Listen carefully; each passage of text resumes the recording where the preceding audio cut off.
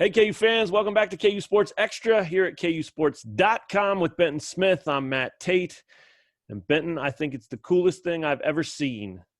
KU gave up 64 points the other night to Iowa State in a 33-point victory. And so they knew they only needed to score 64 points in the next game to beat them. And they scored exactly 64 points in a 64-50 road win over the Cyclones. That had to be it, right? They had to just set the number and say, well, that's all we're going to get. We don't care about the rest. That's all we need. I mean, that's the easy way to explain it, right?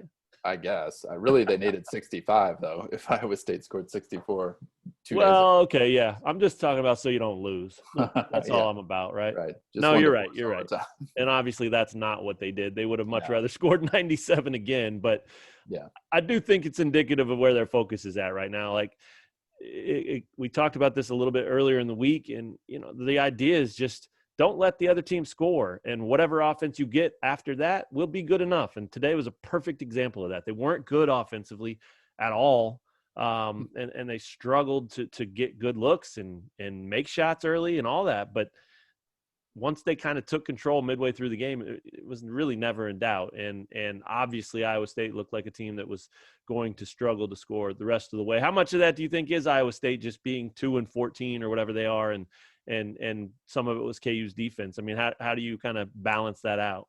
Yeah, I do think a lot of it was Iowa State. I mean, there were stretches in the first half especially where it's like they were turning over against, like, it wasn't anything KU did. They were just, you know, giving possessions away, and they ended up with 23 turnovers. And I mean, I obviously, you know, KU gets credit for some of that for Iowa State having a season low 50 points and for them, you know, shooting below 40%. Eventually, Iowa State was actually playing pretty well shooting-wise in the first half, but they just kept turning the ball over. Oh my! And I mean, it was hard to watch, and I mean, it's like hard to process because I'm used to these Iowa State teams from like years past where like they never turn the ball over. You know, they had like Monte Morris at point guard, and it's just like flawless offense nonstop. And I mean, this is like the exact opposite of that. So obviously a down year for this team, but I do think that KU played better defense in the second half. And when Iowa State wasn't just, you know, shooting itself in the foot, I thought KU was playing some really strong defense. It probably picked up late in the first half and carried over into the second half. So, I mean, you won on the road by 14 points. You can't complain about it. Yeah, good point. I thought that was one of the coolest things Self said after the game. A 14-point win in a low-scoring game is basically a 20-point win in a high-scoring game. And, you know, that's the way, after 30 years in the business, that's the way his mind thinks and works. And it's not always the same way that we automatically think. And so when he said that, it was kind of like, oh yeah, that's probably true.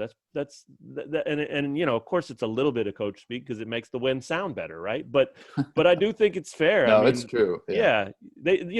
Kansas took 22 more shots today than Iowa State did. And obviously you mentioned the 23 turnovers. That was a big part of it. And that's why they were in the game early. I mean, you said it. Iowa State came out, they hit 7 of their first 10 shots. They're shooting 70% to KU's like 23%, but it was a 4-point game because KU had forced those turnovers or graciously taken some of those turnovers. And, you know, Iowa State's got to be kicking themselves because this is a game where they could have been up double digits in that first half the way they were shooting. And they just weren't. The way that game started, I was just wondering how it would have played out with a packed Hilton Coliseum, right? Good point. Where KU's off to a terrible start, and, you know, the fans are salivating and the place is going wild. And I don't know. I mean, maybe not this year. Maybe Iowa State wouldn't have run away with this game this year, but it seemed like that. And it's, you know, it's just a dead environment, and that is what it is. I mean, it's like that in most games this year. Yeah, that's a good point. And I hadn't thought of that, but I think you're right. I mean, I think the biggest way you saw that was even shooting ugly early and even, you know, facing a deficit. You didn't see anything close to resembling panic from this Kansas team. They just stuck with it. And again, I think that's where it comes back to they're focusing on the right things right now. They used to talk it, right? They used to say, we got to lock in on defense. That's what we got to do to fix this, blah, blah, blah. Now they're doing it, and they did it today, and I think that helps you not panic, right? You get in a game like that, if you know you can defend and continue to lock in, you feel confident when you're Kansas anyway. You feel confident that it's eventually going to turn, and it did. They finished the half in a little bit of a flurry, and then they opened the second half with a 6-0 run, and that's 10-0 over the span of those two halves. And next thing you know, they're up, they're in control, and they're the ones that are being chased, and Iowa State just had no chance of catching them. So I thought that was great. I know you wrote about Jalen Wilson, and as you should have. I mean, he appears to be right. He appears to be confident again. He appears to be locked in on both ends. He looks good.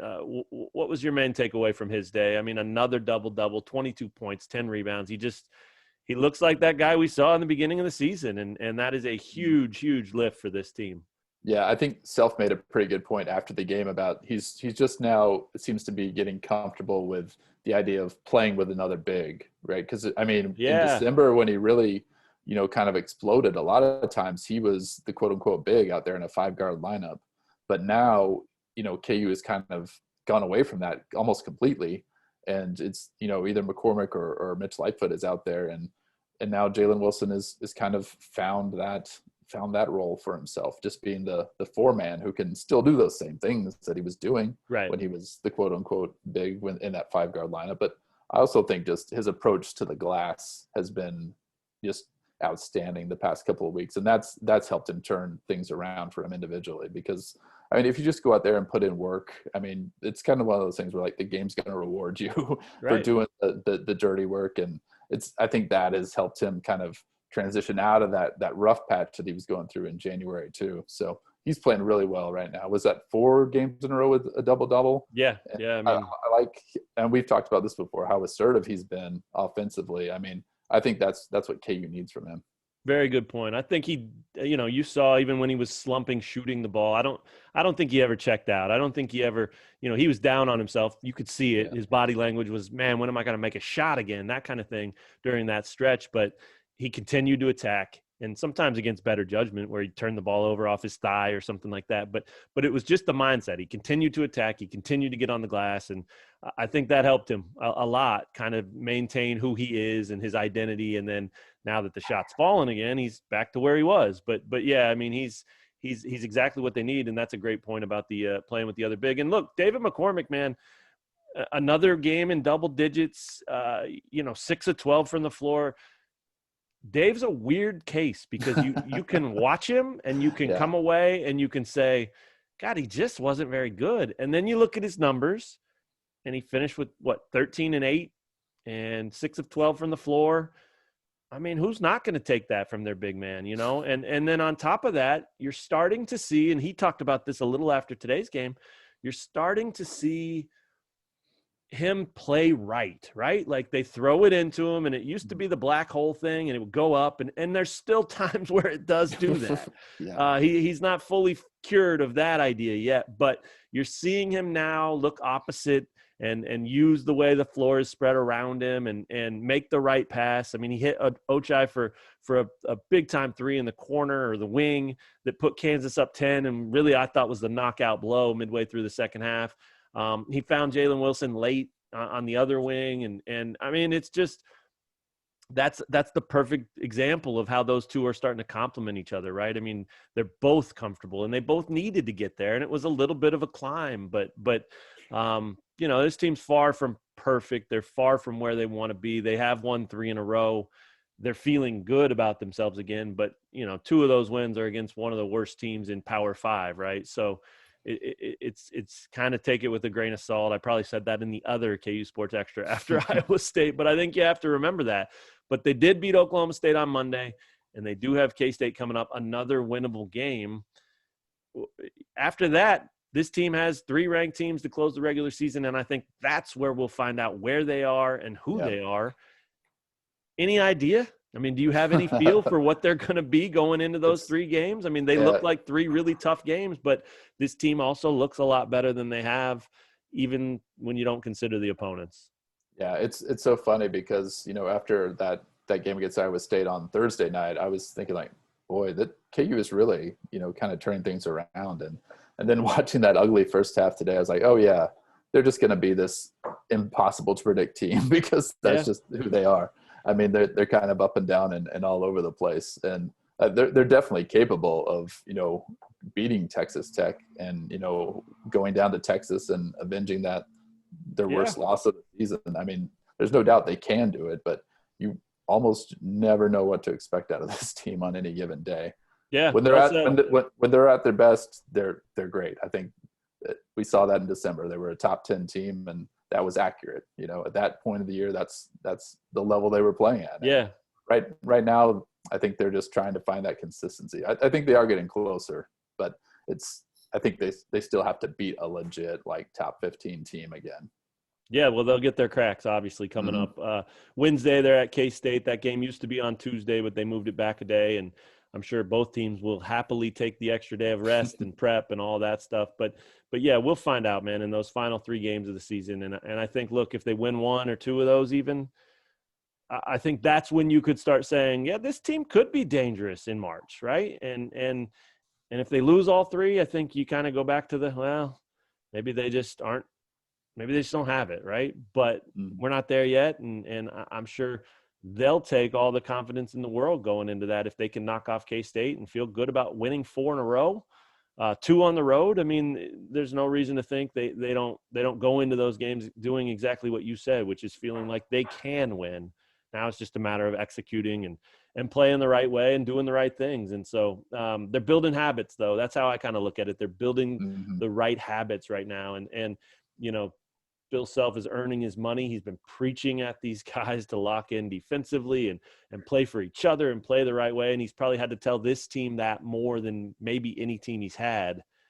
But they're starting to show that they get it, and they're starting to build those habits and do those maybe almost second nature. And obviously that leads to 3 double-digit wins this week, and we'll see what it leads to the rest of the way. Any final thoughts?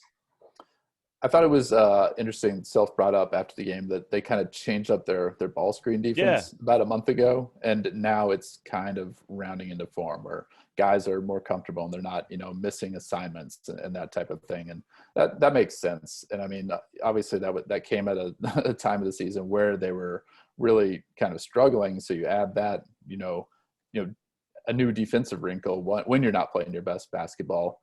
Obviously, they did it for the long haul, not for January. And maybe that will be, an important development in this team's play this year, because they definitely have to be good defensively.